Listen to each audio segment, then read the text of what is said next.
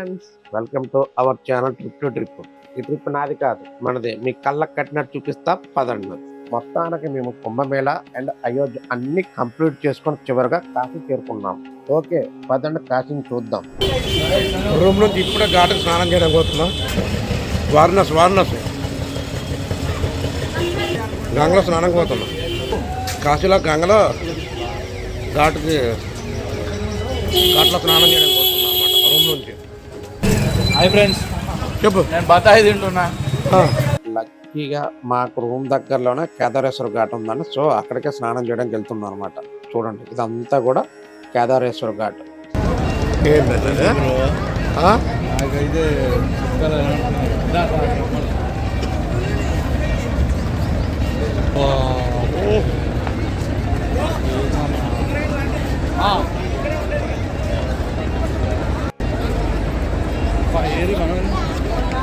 ఏందన్నా బోట్ మనకి ముందు పోతారు, మన వాళ్ళు ముందు ఉన్నారు. आपको ले जाएगा राजा हरिश्चंद्र घाट वहाँ करके लेके जाएगा गंगा स्नान करा के 40 घाट घूमते हुए आपको ले आके काल भैरव वाले घाट को छोड़ दो। आप वहाँ से घाट चढ़ोगे ऊपर काल भैरव हो जाएगा और हमारा को वो इसका हमारा रिश्ता हो जाएंगे। अब वो भी जो पंचकोश यात्रा होता है काशी पंचकोश, वो भी आपका हो जाएगा। ये कई बार मंदिर में हो जाएगा। जैसे लोग जाते हैं काशी पंचकोश यात्रा करते हुए जाते हैं, आप भी चले जाएंगे।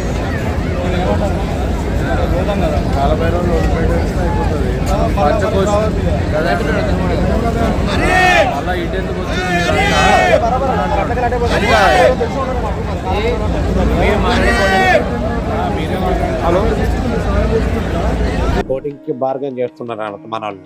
లాస్ట్ కి 3000కి ఒప్పుకున్నాడు.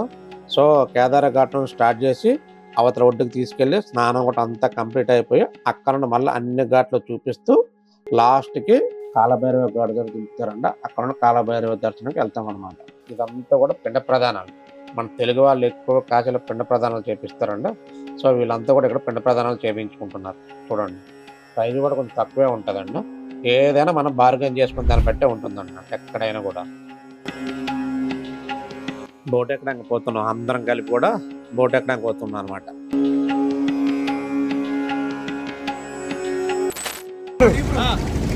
Hi friends, hi friends, hi friends, నేను కాశీలో ఉన్నాం. మా బోటింగ్ స్టార్ట్ అవుతుంది.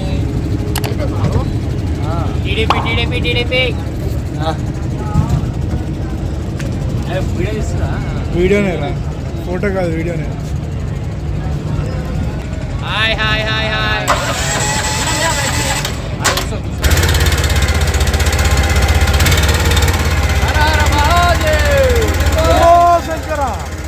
బ్రో మీ నలుగురు కవర్ అవుతున్నా, మీ నలుగురు ఉన్నారు కదా. నేను బ్యాక్ కెమెరా దగ్గర తీసుకున్నాను.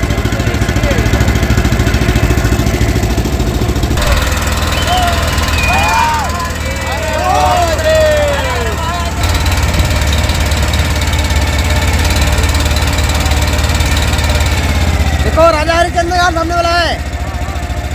ये मुर्दा चला मुर्दा।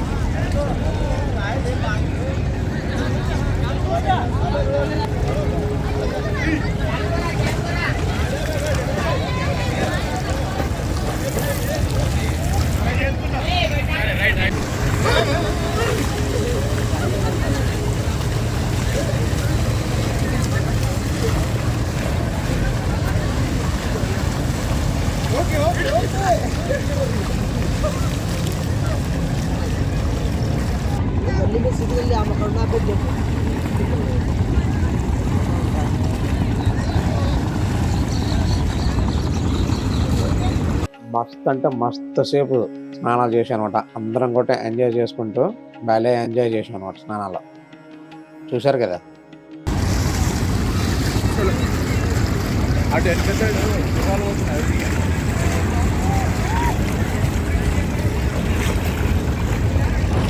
ఘాట్లు దగ్గరికి వెళ్ళి తీసుకెళ్ళమన్నా. ఘాట్లు దగ్గరికి వెళ్ళి తీసుకెళ్ళమన్నా. కాశీ సాక్షాత్ ఆ పరమశివుడు కొలువు తీరిన పుణ్యక్షేత్రం. ప్రపంచ పురాతన స్థలాల్లో కాశీ మొదటి స్థానంలో ఉంటుంది. మనిషి పుట్టింది ఇక్కడే, మనిషి మరణించేది ఇక్కడే. ప్రతి ఒక్క హిందువు తన జీవిత కాలంలో ఒక్కసారైనా ఈ పవిత్ర స్థలమైన కాశీకి రావాలని అనుకుంటాడు. ఈ వీడియోతో మన కాశీ వీడియోలు స్టార్ట్ అవుతాయి. సో చూసిన వారందరూ లైక్ చేయండి, అలాగే ఛానల్ సబ్స్క్రైబ్ చేయండి. హరహర మహాదేవ, శంభో శంకర.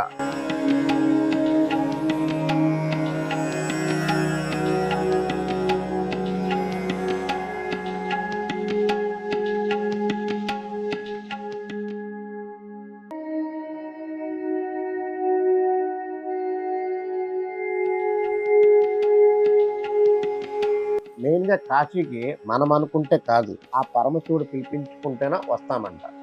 కాశీనే వారణాసి, బెనారస్ అని కూడా అంటారు.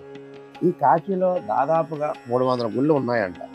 అలాగే వారణాసిలో 84 ఘాట్స్ ఉన్నాయి. అందుకే దీనిని ఘాట్స్ ఆఫ్ గంగా అని అంటారు. గంగా నదిలో బోటింగ్ జర్నీ చాలా బాగుంది. కానీ మీరు బోట్ ఎక్కినప్పుడు ఘాటుకు దగ్గరగా తీసుకెళ్ళమని చెప్పండి. అప్పుడే మనం అన్నీ బాగా క్లియర్గా చూడగలుగుతాం. నేను కుంభమేళలో త్రివేణి సంగంలో స్నానం చేసిన తర్వాత కాశీకి రావడానికి మెయిన్ రీజన్ ఏంటంటే, త్రివేణి సంగంలో స్నానం చేసిన తర్వాత ఏదో ఒక జ్యోతిర్లింగాన్ని దర్శించుకోవాలని తెలిసిన పెద్దవారు చెప్పారు. సో అలా కాశీకి వచ్చాను. నిజానికి నా ట్రిప్పులో కాశీ ప్లాను ప్రజెంట్ లేకుండే, కానీ ఆ పరమశివుడు అనుగ్రహంతో అనుకోకుండా కాశీకి వచ్చాను. దీన్నే అంటారు దైవేచ్ఛని.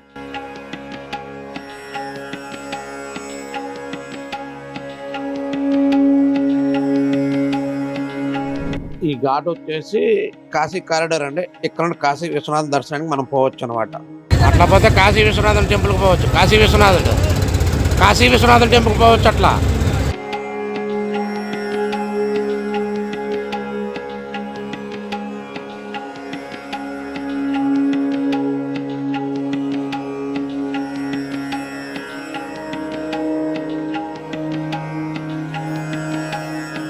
ఈ ఘాట్ వచ్చేసి మణికర్ణిక ఘాట్ అండి.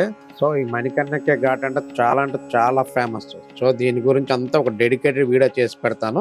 ఆ వీడియోలో అంతా మణికర్ణిక ఘాట్ గురించి ఎక్స్ప్లెయిన్ చేస్తాను అనమాట. ఎందుకంటే దీని గురించి డిస్కస్ చేసుకునే విషయాలు చాలా ఉన్నాయన్నమాట. కాశీలో 365 రోజులు అంటే పగలు రాత్రి, ఎండ, వాన అనే తేడా లేకుండా చితి మంటలు వెలుగుతూనే ఉంటాయి. కాశీని ముక్తిని ప్రసాదించే స్థలంగా భావిస్తారు. ఇక్కడ మరణించిన వారికి, దహన సంస్కారం జరిగిన వారికి మరుజన్మ ఉండదు అనే భక్తుల యొక్క ప్రగాఢ నమ్మకం. ఇక్కడ శవాలను ముందుగా గంగా నదిలో ముంచిన తర్వాత దహన సంస్కారాలు చేస్తారు.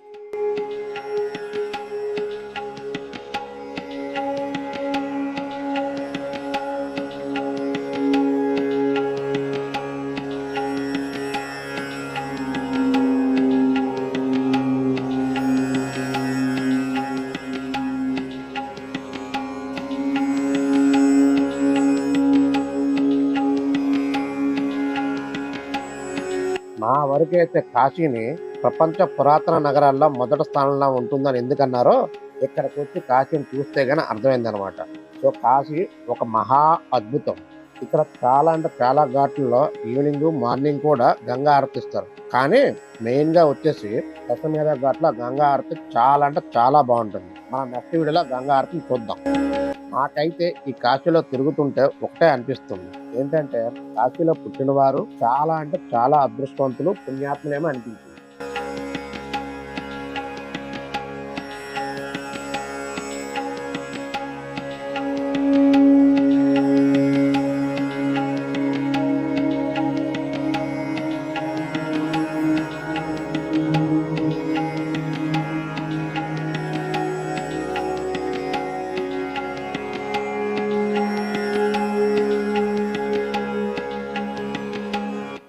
బోట్ రైడ్ అయితే మాత్రం ఎక్సలెంట్గా ఉంది.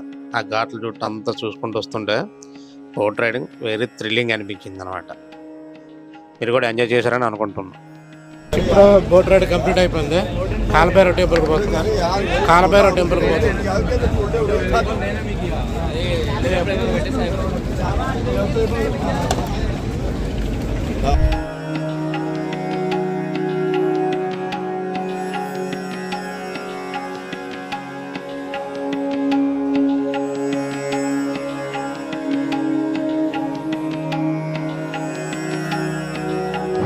కాలభైరవ టెంపుల్కి పోతున్నా. కాశీ వచ్చినాక ఫస్ట్ కాలభైరవ టెంపుల్ చూసుకోవాలంటారు కదా. దమ్మవుతుందా? రెండు ఎక్కుంటూ వచ్చిన.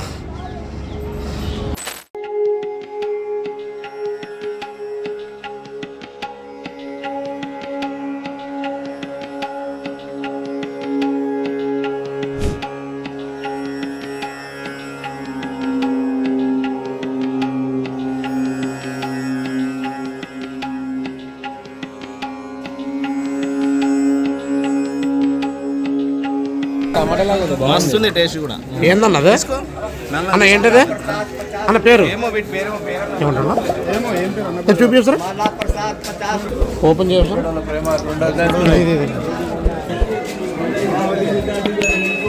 ఇక్కడికి రాగానే ఆ విశ్వనాథం దర్శనం కన్నా ముందు కాదు, అసలు అన్నిటికంటే ముందు వారణాసిలో అడుగు పెట్టగానే ఒకరు దర్శనం చేసుకోవాలి. ఆయనే కాలభైరవ స్వామి. సో అందుకే మేము కూడా ముందుగా ఈ కాలభైరవ స్వామి దర్శనానికి వచ్చాం. ఈ టెంపుల్ ఉన్న ఏరియాను విశ్వేశ్వర గంజ్ అంటారు. ఈ ప్లేస్ అంతా ఇక కాలభైరవ స్వామి అన్నట్టు అనమాట.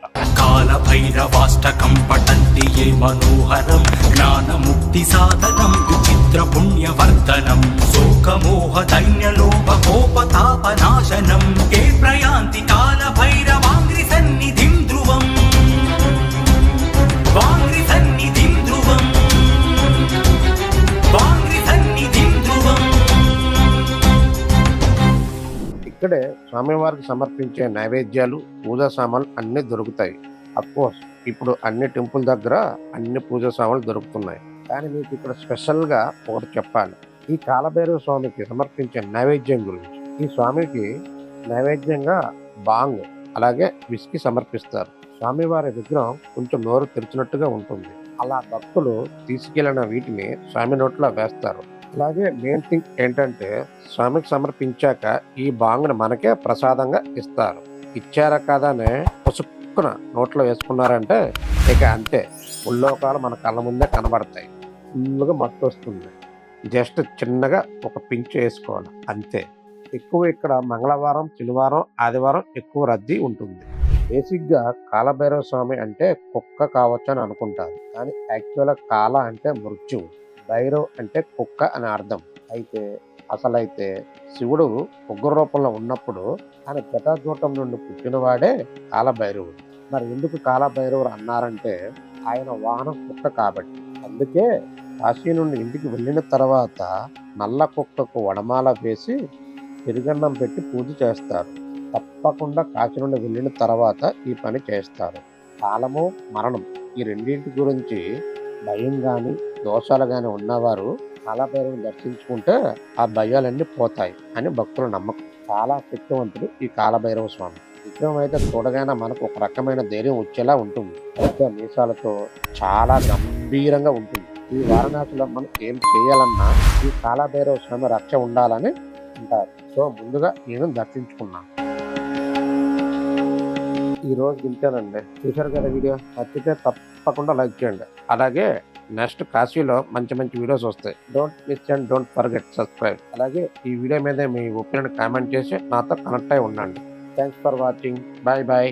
ఓం నమ శివాయ. హర హర మహాదేవ. ఓం నమ శివాయ. జై హింద్.